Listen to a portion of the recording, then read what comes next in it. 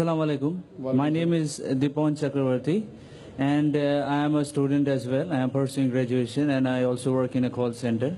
And my question is, why is it important for a woman to marry a third party if she wants to go back to her first husband after her first husband has given her talaq? भाई साहब का सवाल था कि जरूरी क्यों है कि अगर एक औरत अपने शोहर के साथ तलाक हो जाता है तो उसे दूसरे से थर्ड पार्टी से शादी करना जरूरी क्यों है पहले शोहर से वापस करने के लिए? ये सवाल है। सवाल अभी दोहरा है, जवाब दे रहा हूं मैं। ये लोगों को गलतफहमी है कि अगर मियां बीवी का तलाक होता है और अगर वो फिर से शादी करना चाहते हैं, ये गलतफहमी है लोगों की कि उसको तीसरे से शादी करना फर्ज है। कुरान में साफ तौर पे लिखा हुआ है, सूरह बकरा में सूरा नंबर 2 आयत नंबर 228 से लेके 242 तक तलाक के पूरा डिटेल दिए गए, किस तरीके से तलाक दिया जाता है। पहले मैंने कहा था कि आपस में समझौता होना चाहिए, नहीं होता है तो गेट एन आर्बिट्रर, एक बड़े को बुलाओ, शोहर की तरफ से बीवी की तरफ से समझौता करो। नहीं होता है तो तलाक बोलने के बाद इद्दत के 3 माह है। कुरान में लिखा सूरह बकरा सूरा नंबर 2 आयत नंबर 228 के 3 माह, 3 महीने, 3 menstrual cycle is the period of waiting इद्दत।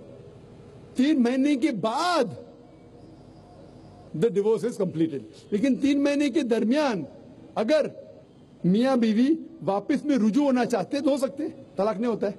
लेकिन अगर 3 महीने तक रुजू नहीं होते और अलग हो जाते और 1 साल बाद उन्हें ख्याल आता है अरे हमने गलत किया, हम फिर से शादी करना चाहते, तो कुरान की आयत है सूरह बकरा सूरा नंबर 2 आयत number 232, do not prevent the women from marrying the former husband.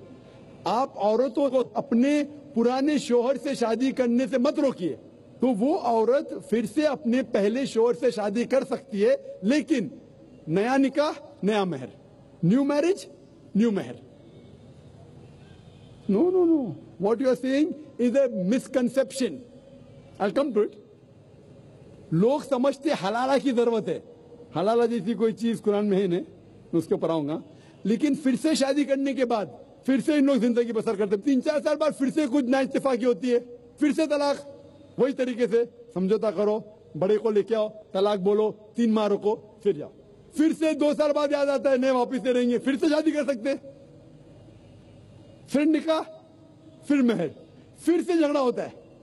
फिर तीसरी बार अगर तलाक होता है तो अल्लाह ताला फरमाते सूरह बकरा सूरा नंबर 2 आयत नंबर 230 में कहते कि तीसरी बार अगर तलाक देंगे तो फाइनल।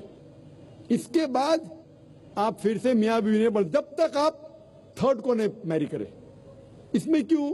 ये शादी ब्याह गुड्डा गुड्डी का खेल थोड़ी है। बचपन में गुड्डा गुड्डी का खेल में शादी करो फिर से तलाक दो, एक दिन में 10 बार शादी कर सकते, बराबर ना? ये जिंदगी गुड्डा गुड्डी का खेल थोड़ी है। 3 महीने लगता है तलाक के लिए, इतना टाइम लगता है। प्राइवेट मीटिंग, फिर बड़े लोग से मीटिंग, फिर 3 माह, फिर जुड़ो प्यार से, एक दूसरे पे कीचड़ मत उछालो, फिर शादी करो। मैंने मेरी जिंदगी में किसको भी नहीं देखा जो सही तरीके से तीसरी बार तलाक हुआ, मैं देखा नहीं अभी तक के। 1 बार हुआ देखा होगा, 2 बार, तीसरी बार तो देखा ही नहीं मैं। ये अगर आप गुड्डा गुड्डी का खेल करते तो फिर 1 बार आपने रिजेक्ट किया, 2 बार रिजेक्ट किया, 3rd बार फाइनल, फिर आप दूसरे से शादी करो।